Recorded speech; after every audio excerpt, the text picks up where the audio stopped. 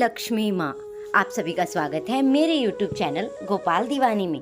आज हम आपको वैभव लक्ष्मी व्रत कथा का रसपान करवाने जा रहे हैं। आप सभी से अनुरोध है कि कथा को पूरा सुनकर जाएं। आइए कथा आरंभ करते हैं। एक समय की बात है कि किसी शहर में कई लोग रहते थे।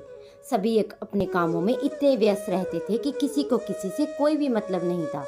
भजन, कीर्तन, भक्ति भाव, दया, माया, परोपकार जैसे संस्कारों का अभाव हो चुका था। शहर में बुराइयां इतनी बढ़ गई थी। बावजूद इसके शहर में कुछ अच्छे लोग भी रहते थे।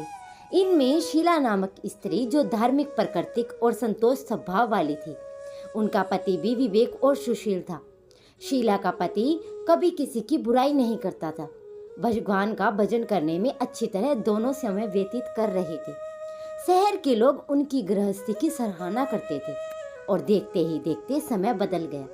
शीला का पति भी अच्छी संगति से बुरी संगति में बदल गया।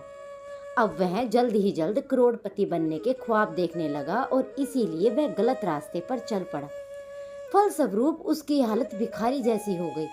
शराब, जुआ, रेस, चरस, गांजा आदि बुरी आदतों में शीला का पति भी फंस गया। दोस्तों के साथ उसे भी शराब की बुरी आदत लग गई। इस प्रकार उसने अपना सब कुछ जुए में गंवा दिया। शीला इस बात से बेहद ही चिंतित रहने लगी, लेकिन उसे भगवान पर भरोसा था। वह अपना अधिकांश समय प्रभु की भक्ति में बिताने लगी।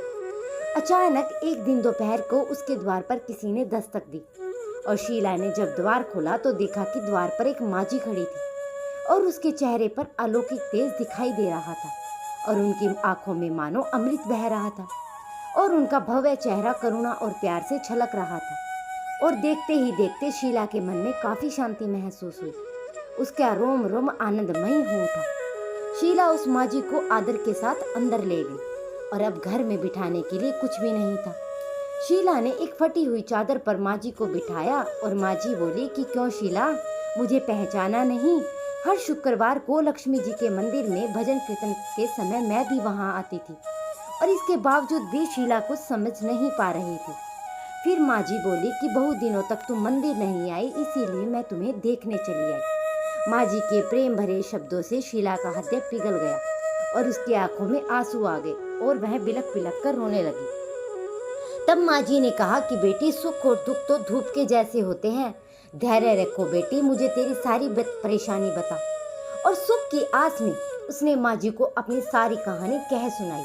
माँ जी के व्यवहार से शीला को काफी सुकून मिला और उसने माँ जी को अपनी सारी गाथा सुना दी। शीला के पूछने पर माँ जी ने उसे व्रत की विधि भी बताई। माँ जी ने कहा कि बेटी, माँ लक्ष्मी का व्रत बहुत ही सरल है। उसे वरद लक्ष्मी या वैभव लक्ष्मी का व्रत कहा जाता है और ये व्रत करने वाले की सब मनोकामनाएं पूर्ण होती हैं। वह सुख, संपत्ति और यश को प्राप्त होता है। शीला ये सुनकर आनंदित हो गई और शीला ने जब संकल्प करके आंखें खोली तो उसके सामने कोई नहीं था और वो सोच में पड़ गई कि माँ जी कहाँ गई। शीला को तत्काल ये समझने में देर नहीं लगी कि माँ जी कोई और नहीं, साक्षात ही लक्ष्मी जी थी। दूसरे दिन ही शुक्रवार था और सुबह स्नान करके स्वच्छ कपड़े पहनकर शीला ने माँ जी के द्वारा बताई गई विधि से पूरे मन से व्रत किया और आखिर में प्रसाद वितरण हुआ।